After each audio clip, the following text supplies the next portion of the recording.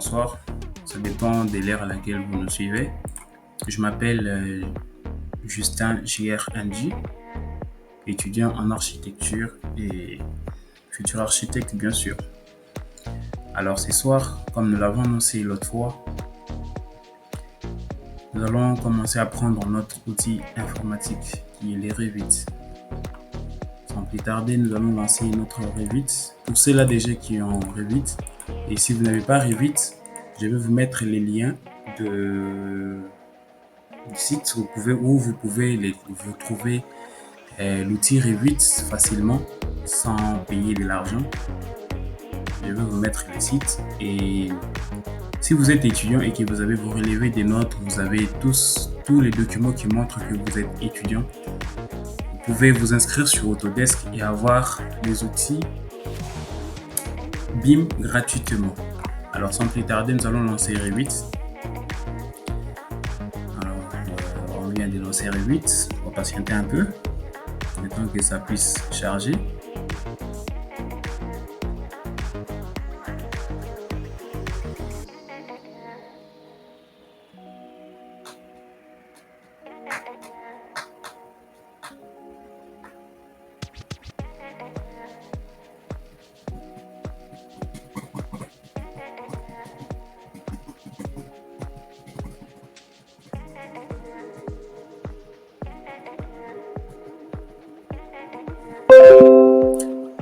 Bon, voilà, on vient de lancer Revit, qui est là juste devant vous, l'interface Revit. Ici, dans ces fenêtres, nous avons les fichiers récents que nous avons ouverts sur Revit. Il faut savoir que moi j'utilise Revit. J'utilise Revit, il y a maintenant c'est là une année déjà, je crois, que j'utilise Revit. Donc ici, là devant vous, vous avez les fichiers que j'ai ouverts. Là en bas, on a les familles Revit. Les familles Revit veut tout simplement dire que c'est comme une sorte de bibliothèque pour voilà, c'est des modèles prédéfinis déjà qui sont là, créés pour éviter à chaque fois de créer des objets par-ci par-là. C'est tout simplement ça en fait des familles Revit.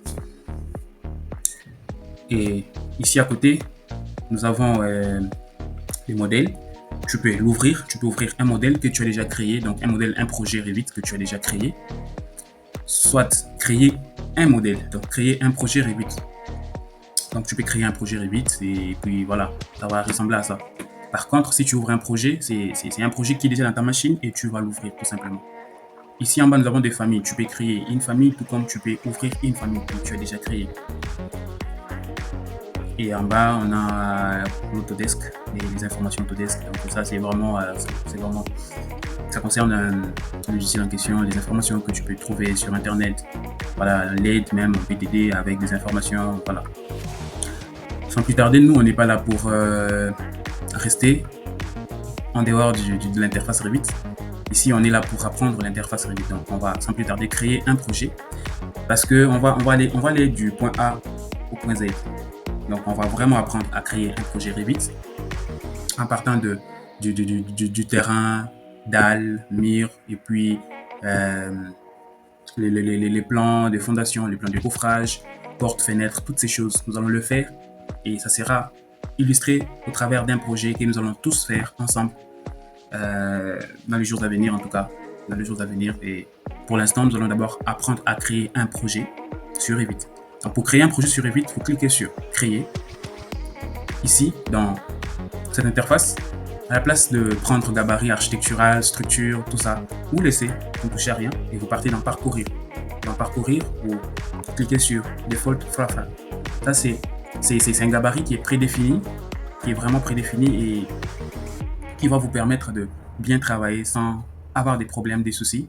À savoir qu'il y a aussi la possibilité de créer une scène, parce que ça, c'est une scène en fait que nous sommes en train de prendre. C'est une scène prédéfinie de Revit. Vous pouvez ici voir comme ici par exemple c'est un modèle personnalisé que moi-même je fais. C'est un modèle personnalisé, c'est une scène que j'ai créée qui comporte déjà tous mes outils. Pour l'instant, je vous évite toutes ces choses, mais on va aller pas à pas pour que vous puissiez pas vous tromper un jour. Donc, vous cliquez sur Default Frafra et vous ouvrez. Ici, vous cliquez directement sur OK sans changer. Ça reste un projet. C'est pas un gabarit des projets, c'est un projet que vous êtes en train de créer. Mais si vous créez une scène, là, vous allez cliquer sur gabarit des projets. Donc ici, vous allez enregistrer votre projet comme une sorte de gabarit qui va vous permettre de travailler plus tard dans cette gabarit-là. Mais ici, là, nous sommes en train de créer un projet architectural. Donc, vous cliquez sur OK. On va laisser Revit charger. Donc, voilà. Nous voilà sur l'interface Revit. Vous avez là devant vous l'interface Revit qui est, pour moi, les plus faciles des interfaces. C'est vrai, il est vaste, c'est vrai, il y a beaucoup de... Moi, je ne vais pas vous cacher la face. Déjà, l'objectif de cette formation, c'est de vous dire les réalités en face, sans pour autant vous les cacher. Parce que moi, un jour, j'avais les idées, mais il était pour moi difficile de les matérialiser sur un outil informatique. Et là, je suis tombé sur Revit qui m'a beaucoup plu pour moi et qui m'a vraiment aidé à matérialiser mes idées. Parce que l'autre fois, j'ai galéré, mais aujourd'hui, j'ai retrouvé vraiment l'outil que j'ai recherché depuis des années. Sans plus tarder, nous allons directement commencer à apprendre les outils qui sont là juste devant nous, comment on peut les utiliser. Ici, nous sommes dans l'onglet architecture. Dans l'onglet architecture, on a les murs. Donc là, on a un mur. Le mur, en fait, le mur, c'est des cloisons tout simplement, des cloisons que tu peux prendre et puis on va essayer. Quand tu cliques sur mur, il y a des cloisons qui sortent là, juste des cloisons qui sortent. Ici, dans la propriété, tu peux choisir n'importe quelle cloison que tu veux représenter. Ici, nous avons les briques extérieures, par-ci, par-là. Voilà, c'est tout simplement des cloisons. Ça donne ça en DD.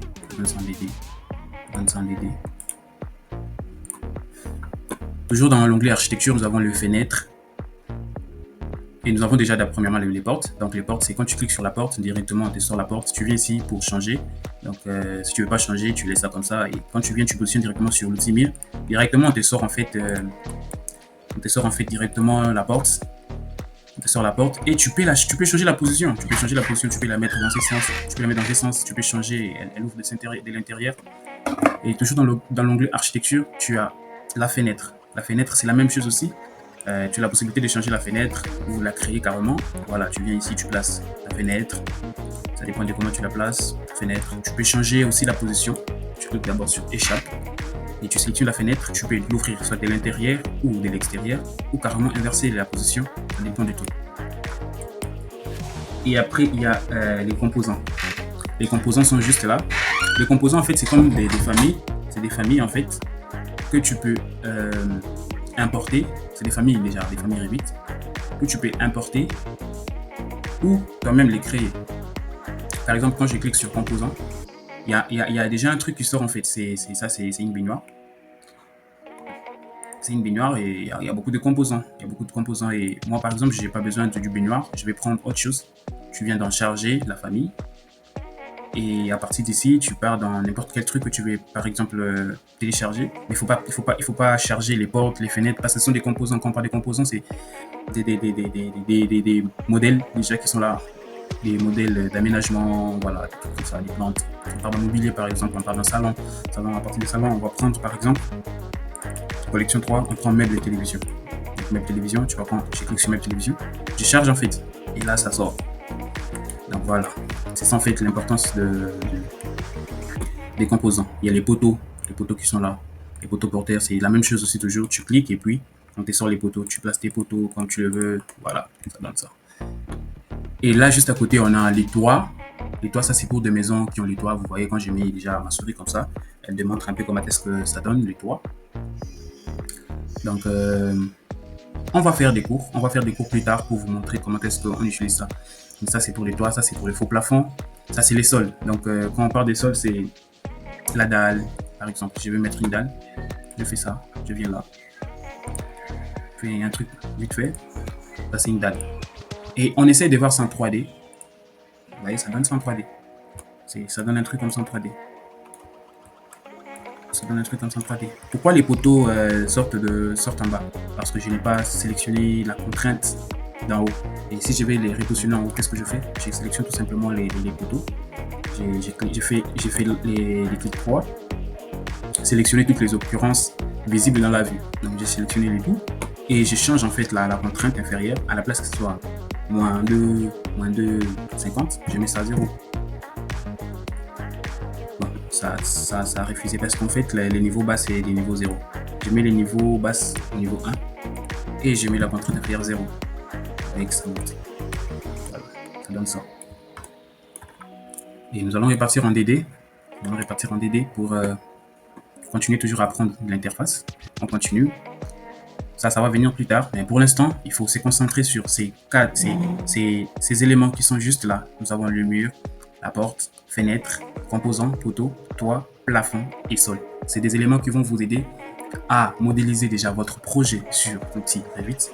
Et plus tard, nous allons commencer à apprendre d'autres outils qui sont très importants pour... ça, c'est vraiment les côtés esthétiques ou encore vraiment donner encore plus de vivacité à notre projet à travers les informations, tout ça. Mais pour l'instant, c'est que moi, je peux vous conseiller, c'est focaliser sur les quatre, ces onglets que je viens tout à l'heure de vous montrer, qui est la porte et les murs, la porte, la fenêtre, les composants, les poteaux, le toit, plafond et sol. Après avoir maîtrisé ces éléments, on pourra continuer. Pour l'instant, je vous dis à très bientôt. Passez une très bonne soirée et à tout à l'heure. Ciao.